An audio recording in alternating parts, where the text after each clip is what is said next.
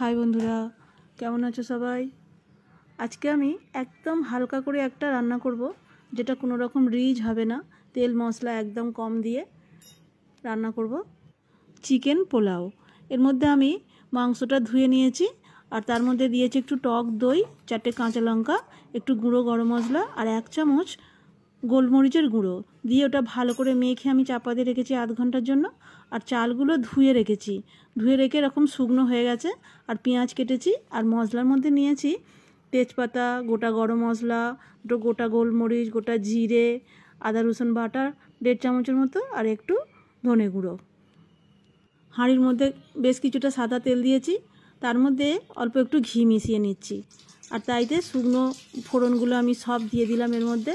ফোড়নটা একটু ভাজা ভাজা করে নিয়ে এর মধ্যে আমি পেঁয়াজগুলো দিয়ে দেব। পেঁয়াজগুলো একটু ভাজা ভাজা করে নেব, তার মধ্যে নুনটা দিয়ে দেবো, তাহলে পেঁয়াজগুলো একটু তাড়াতাড়ি নরম হয়ে যাবে। পেঁয়াজগুলো একটু ভাজা হলে তার মধ্যে আমি আদা রসুন বাটাটা দিয়ে একটু নাড়াচাড়া করব। আদা রসুনটা অল্প একটু ভাজা করে নিয়ে এর মধ্যে আমি ধনে গুঁড়োটাও দিয়ে দেব, দিয়ে ওটা দিয়ে একটু নাড়বো। ওটা দিলে একটা আলাদা রকম সেন্ট এসে যাবে। তারপরে আমি ওই মশলা মাখা চিকেনটা দিয়ে দেব। চিকেনটা দিয়ে এই জায়গার মধ্যে একটু কষে নেব ভালো করে। 2-1 মিনিট করে চাপা দিয়ে দিয়ে কষবো, তাহলে মাংসটা খুব তাড়াতাড়ি সেদ্ধ হয়ে যাবে। আমি 2-3 বার এরকম করেছি। 2 মিনিট 3 মিনিট করে চাপা দিয়েছি, দিয়ে একটু করে নেড়ে চেড়ে দিয়ে আবার চাপা দিয়ে দিয়েছি। তো এরকম করে মাংসটা একটু কষে নিয়েছি। মাংসটা যখন একটু তেল ছেড়ে ছেড়ে আসবে, তখন আমি ওই ধোয়া চালগুলো এর মধ্যে দিয়ে দিয়েছি।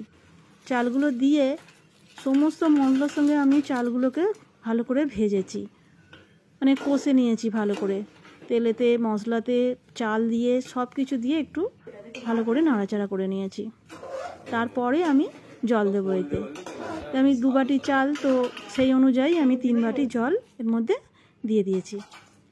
জলটা দিয়ে এর মধ্যে আমি আরও 2-4টে কাঁচা লঙ্কা দিয়ে দেবো, আরও একটু ঘি দেব, আর একটু গুঁড়ো গরম মশলা আরও দিয়ে দেব। কারণ এতে কোনো রকম গুঁড়ো হলুদ, গুঁড়ো লঙ্কা বা বিরিয়ানির মশলা আমি কোনো কিছুই দিইনি। প্রচণ্ড গরম পড়ে গেছে, তাই আমি হালকা করেই এটা বানাচ্ছি চিকেন পোলাও। তো এরকম চাপা দিয়ে আমি একটা ভারী কিছু চাপিয়ে দিয়েছি, যাতে বাষ্পটা বেরোতে না পারে। গ্যাসটা কমিয়ে দিয়ে এখানে আমি 20 মিনিটের মতো রেখেছি। তারপরে গ্যাসটা বন্ধ করে দিয়ে আরও 10 মিনিট রেখে দিয়েছি, যাতে সব কিছু ভালোভাবে সেদ্ধ হয়ে যায়। তারপরে এইরকম হয়েছে, দেখতে খুবই সাদা সাদা হয়েছে, কারণ আমি এর মধ্যে কোনো রকম মশলা দিইনি রং হবার মতো।